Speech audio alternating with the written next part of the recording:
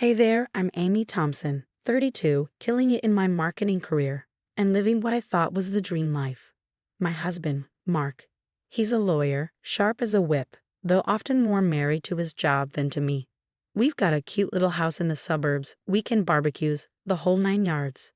Amy, can you watch Tommy this Saturday? I've got a hair appointment. My sister-in-law, Lisa, chirps over the phone. Of course, Lisa. You know I love spending time with the little guy. I reply, genuinely happy to help with her adorable, high-energy 5-year-old. Thanks, you're a lifesaver, she says. But there's something off in her tone, a hesitance I can't quite place. I brush it off, family's family, right? Saturday arrives, and Tommy's a whirlwind of energy. Aunt Amy, can we go to the park? Please, please, please. You bet, champ. Let's go tire you out, I laugh, ruffling his hair. We're at the park, and I'm pushing Tommy on the swings when across the street I spot Lisa. She's not at her hair appointment, she's window shopping, watching us with an expression so dark it sends a chill down my spine. If looks could kill. That night, I wait up for Mark.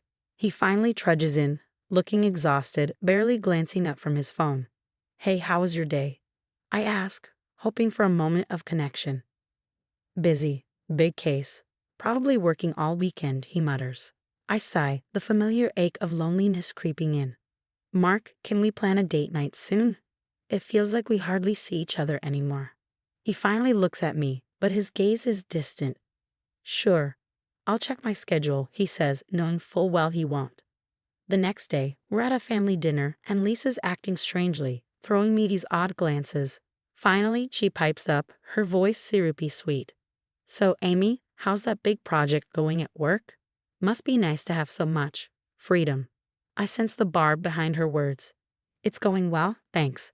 How's the job hunt on your end? Lisa's smile tightens. Oh, it's tough finding something that works with Tommy's schedule.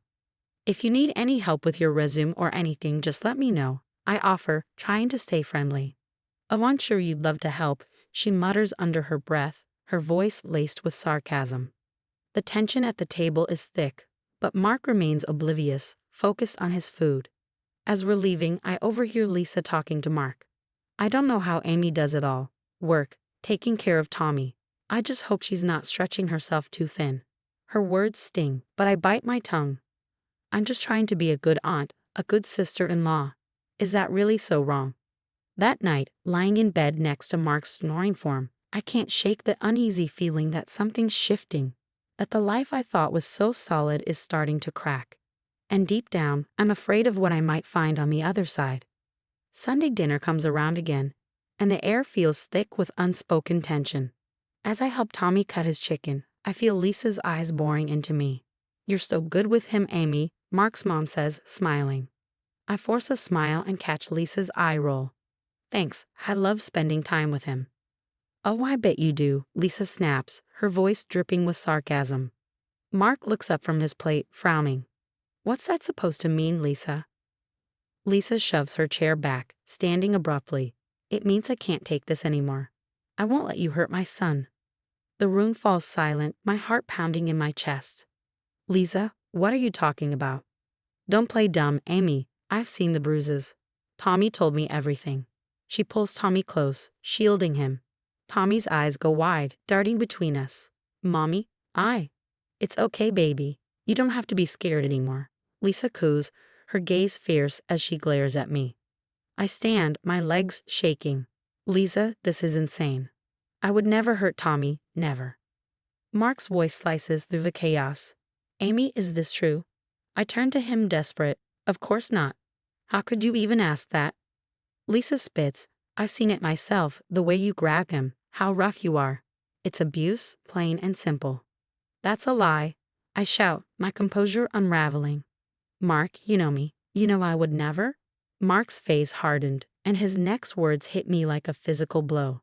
I think you should leave, Amy. What? Mark, no, you can't possibly believe this, I gasped, looking around the room, desperate for anyone to stand up for me. I said leave, Mark roared, slamming his fist on the table.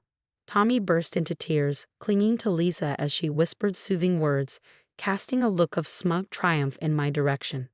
I'm sorry, Aunt Amy, Tommy sobbed. Oh, Tommy, sweetie, it's okay. You didn't do anything wrong. I tried to reassure him, my voice breaking. But all around me, I saw only judgment and disgust. Faces of people who just moments ago had been my family. Emmy, Mark's dad said, stepping between us. I think it's best if you go. We need to sort this out.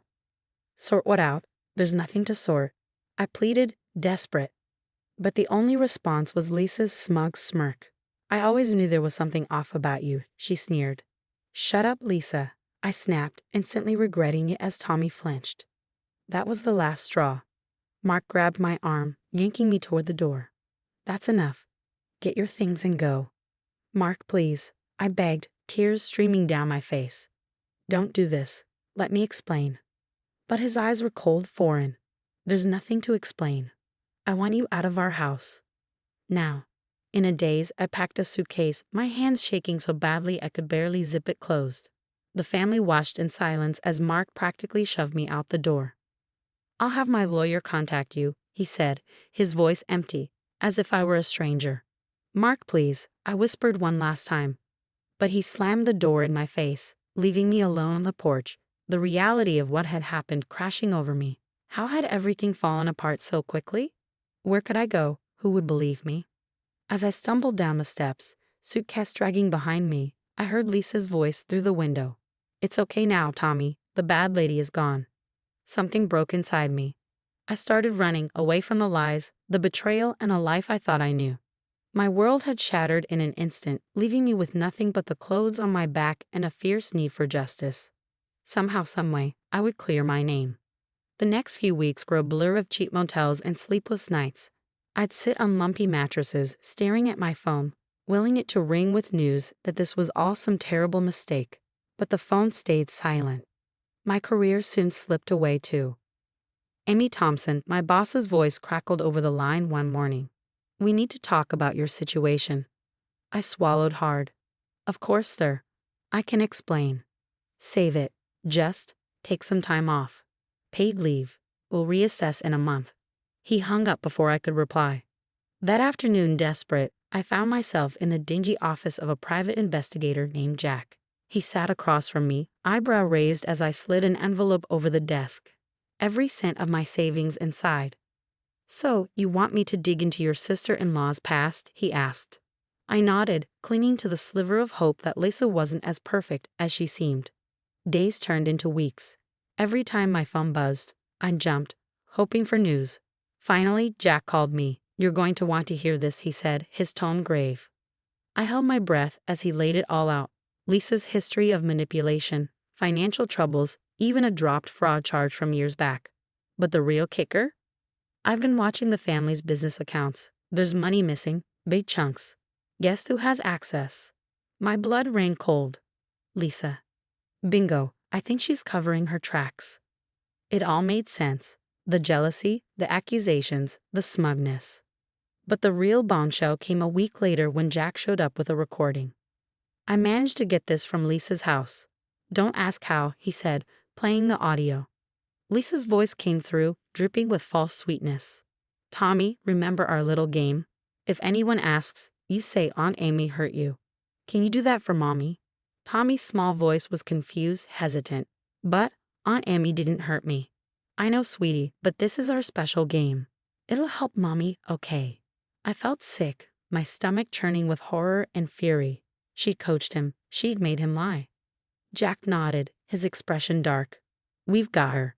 I threw myself into building my case. Every scrap of evidence, every inconsistency in Lisa's story, I documented meticulously.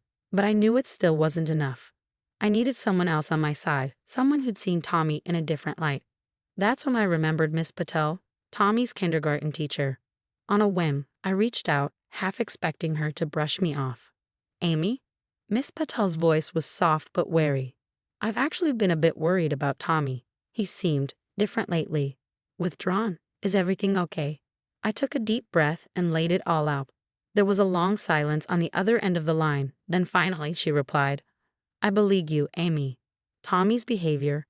It makes sense now. How can I help? With Miss Patel's observations added to my growing file, I felt like I had a fighting chance. But confronting Lisa head-on would be reckless. I needed a plan. Late one night, in my tiny rented room, I spread out all the evidence, the financial records, the recording of her coaching Tommy, Miss Patel's statement. Piece by piece, a strategy began to form.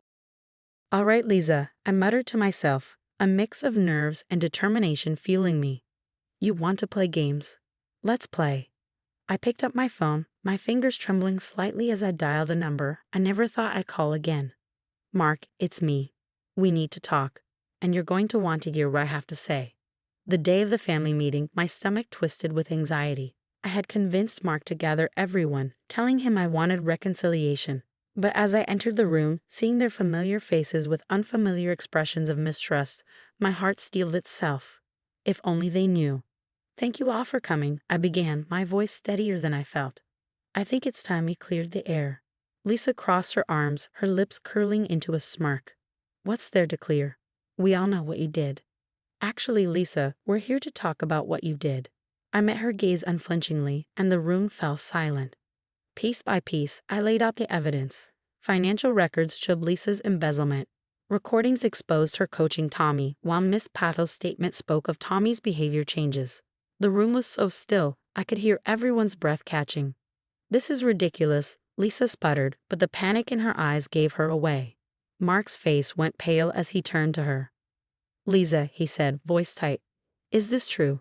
Before she could respond, Tommy, clutching his mother's arm, burst into tears. "I'm sorry, Daddy. Mommy told me to say Aunt Amy hurt me, but she didn't. It was a game. But I don't want to play anymore." Chaos erupted. Lisa lunged to grab Tommy, but Mark's parents restrained her, horrified by the truth unraveling before them. "How could you?" Mark's voice was barely a whisper, his face stricken as he stared at his sister. I turned to him, my voice cold. "How could I? Mark, you didn't even give me a chance to explain. You threw me out without a second thought." Mark reached for my hand, his expression twisted with regret. "Amy, I'm so sorry. I made a terrible mistake. Is there any way we can?" I pulled my hand back, shaking my head. "No, Mark. We can't. I've already filed for divorce." His face crumpled, but I felt nothing. The love I'd once had for him had died the moment he chose not to believe in me. In the weeks that followed, everything changed. Lisa faced charges of fraud and child manipulation. Mark? Last I heard, he was drowning in whiskey and regret, a shadow of the man I'd once thought I knew. As for me, I turned my pain into purpose. I started a support group for people who'd been falsely accused, who'd watched their lives torn apart by lies. Every week, I listened to stories like mine, offering the understanding I'd wish I'd had in my darkest moments. 1 year later, I stood on stage, accepting an award for my advocacy work. The applause washed over me, but all I could think of was how far I'd come. "Thank you," I said into the microphone, scanning the audience. "To everyone who's ever been falsely accused, whose world has been turned upside down by lies, this is for you. Our voices matter. Our truth matters." As I stepped off stage, my phone buzzed. It was a text from my boyfriend David. "Congrats, babe. Dinner to celebrate." I smiled, feeling truly happy for the first time in ages. The old Amy was gone, replaced by someone stronger, wiser, and unafraid to fight for herself. As I walked out into the cool night air, I thought of Tommy and hoped he'd heal in time. Maybe someday, when he was older, he'd understand what had happened. But now, I had my own life to live, a life I'd fought to reclaim. And nobody, not Mark, not Lisa, not anyone, would ever take that from me again. A cab pulled up, and I climbed in, the driver glancing at me in the rearview mirror. Where to miss? I grinned, savoring the freedom of choice. "To the future," I said, knowing I truly meant it. If you were in Amy's shoes, would you have forgiven Mark for doubting you so quickly, or was his betrayal truly unforgivable?